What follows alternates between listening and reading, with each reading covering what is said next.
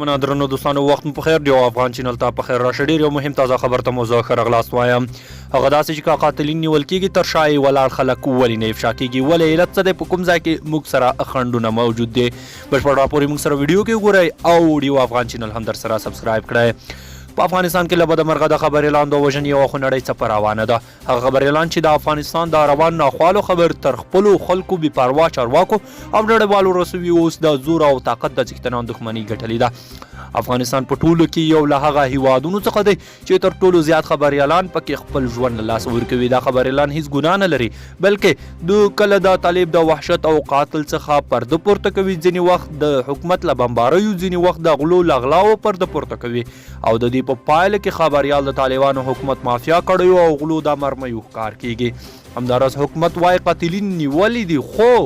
حکومت اخته دی مست اعلانونه کوي چې د پلان کې قاتل ونیو او د بستګانې همداشان خبریال قاتل ونیو خو نه خو لس د قاتلین ولیدل او نه هم د دوی تر شا ولاړ کسان پیژندل